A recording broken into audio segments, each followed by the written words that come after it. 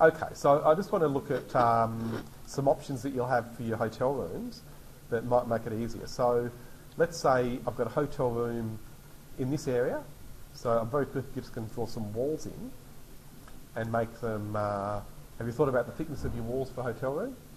No. Let's say 100 mil, if you're not sure, is a good starting point. So I'll just make the colour black so they look like the others, but I haven't changed anything else. They're still just the 100 mil, generic 100 mil wall.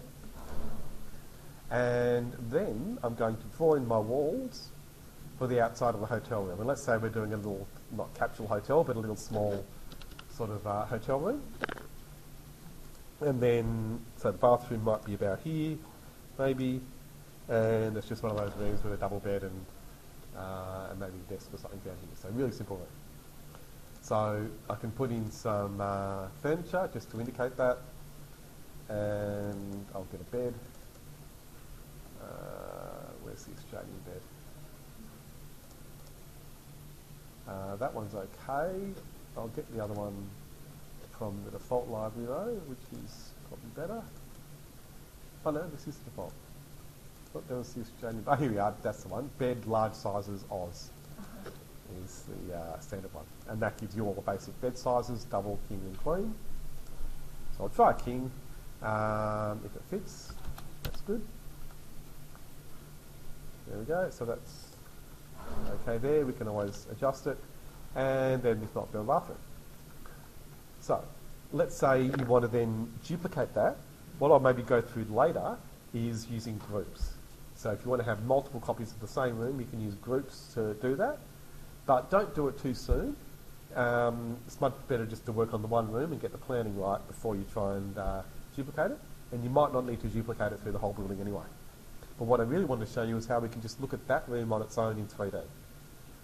It's using this great, fairly new tool that not many people know about. So I'm selecting the walls. First I better set my view. So here I've got this view called 3D in brackets. That's the default name. So at the moment it shows everything. So I'm going to then rename that view and call it default 3D. So I've still got it. Because remember, if I click on the house, it makes a new view with that name, and I've lost the old one if I haven't already saved it. Okay, so now back to my plan. All I'm going to do is hold down Control when I select all of these walls. I'm not even going to select the bed. You'll see in a second why I don't have to. But I might select the window. So here there is a window. Now, do you know why it's not showing properly in this view? Why isn't it being cut?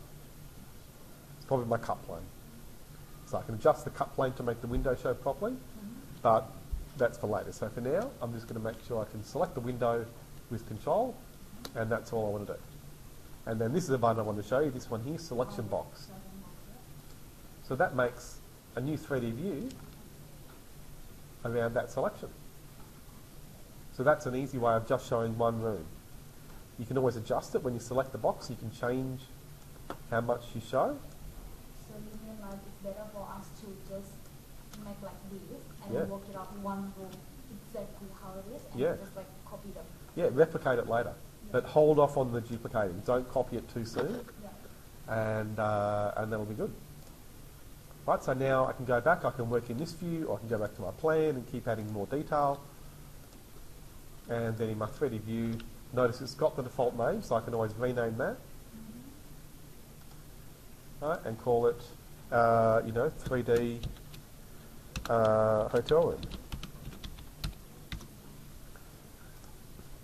Right, so that's a good way of showing an isometric just of one room, and later, if you want to show more, you can always expand it to show whenever you want it. So that's it. And it's a nice thing to be able to make a view like that that just focuses on one part and have that alongside your plan. So that's it.